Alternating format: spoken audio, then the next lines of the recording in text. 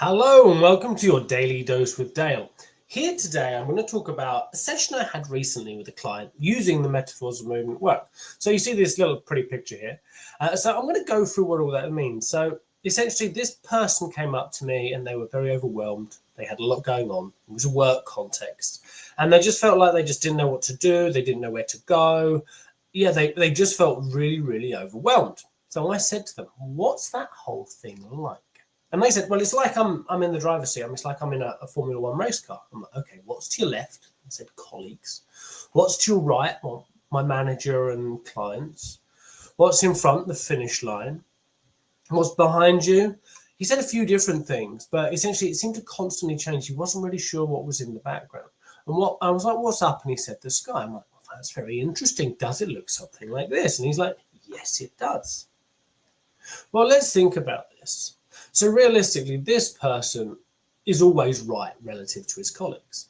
Like they're left to one side and he's in what could be said to be pole position. I mean, he's not in competition with anybody else, just himself. Now, his manager or his boss is always right, and also his clients are right. So realistically, like his colleagues will never come between him and his clients because he's in the middle. He keeps a space between the two. Now, he knows where he wants to go. He wants to get over the finish line. He wants to win. He wants to get across that line. And he's not really sure what's in the background to this. But what we can say, I don't know how much you know about Formula One. I'd like to thank my mate Chris and his brother for educating me slightly in the world of Formula One. But I always thought Formula One was so boring, like round and round the track. But what's so interesting is they focus so much in Formula One on the micro details. It's not about the seconds or the tenths of a second or the hundredths of a second. It's about the thousandths of a second. Those micro adjustments, those micro changes, those really small things that make a difference. Now imagine this person is sitting in a Formula One car. How focused on the details do they need to be? What must the adrenaline be like in that situation? Yeah, it's a bit of a rush. But essentially, they just got to keep going. They got to keep driving. He said, I'm in a Formula One car, 700 miles an hour. Can you think about what that would be like? I mean, I've been in a car once or twice, not me driving, that's gone over 150 miles an hour, and it's a little bit scary. So a Formula One car going at 700 miles an hour, there's all these details, all the things that could go wrong, all the things that are in this person's direct control. It would be a nightmare. It would be impossible to do everything right, do everything perfectly. Because you could do one subtle thing and it could take you off course, right? Also, Formula One cars, normally, they're really, really low to the ground. I mean, you don't see Formula One cars going over speed bumps. They normally tracks they're designed that are very smooth and very flat. This person's driving a Formula One car on a gravel path.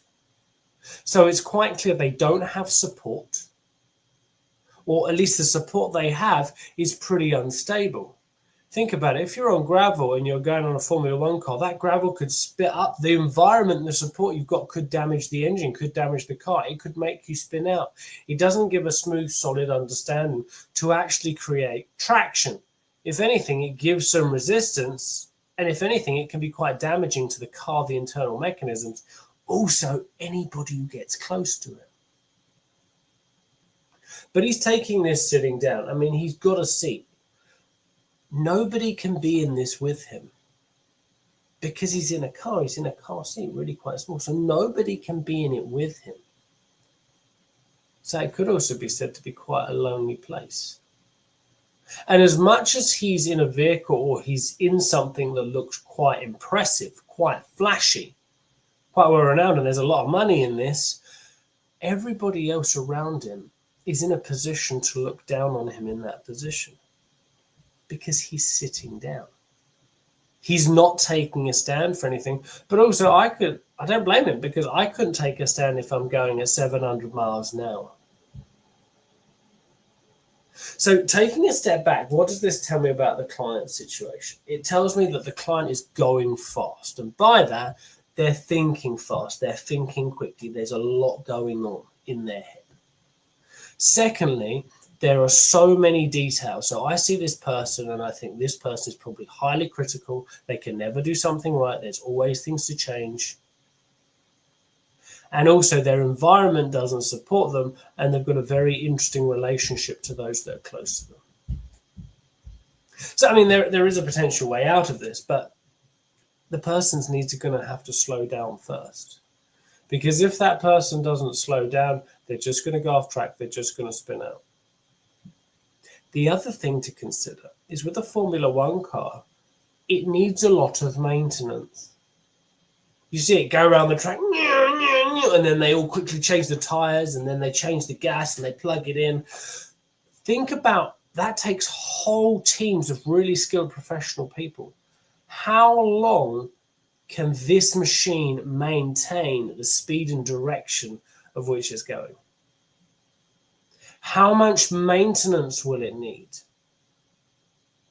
Does the driver have the skill to maintain it? Because if the driver had to maintain it, they would have to actually come to a complete stop to actually fix it, to change anything. This is also a lifelong challenge because this is how a person's been brought up. We know that from the partial container or the container element from the metaphors of movement work. So this isn't a new thing. This person pretty much for the whole of their life has been going 700 miles an hour in this context. They've been go, go, go. There's been so many things. They've been really good at juggling them, really good at balancing things, but it's tiring, it's exhausting. By maintaining this vehicle to get from A to B, the person's going to get worn out, they're going to get tired, there's going to be so many things that go wrong, but also they are at the mercy of the machine that's getting them from A to B.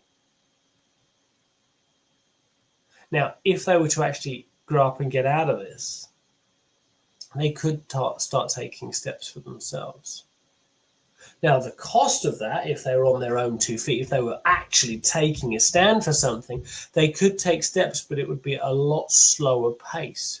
But they would set the pace, they would set the direction, they would be fully in charge of the mechanism and the machine in which they're doing, because they're doing it themselves. So questions this person could consider is, do they have a way of maintaining this machine? Do they have a way of fueling this machine? Do they have a way of keeping it going? Because Formula One is always about how can we do better in every single aspect of what we do.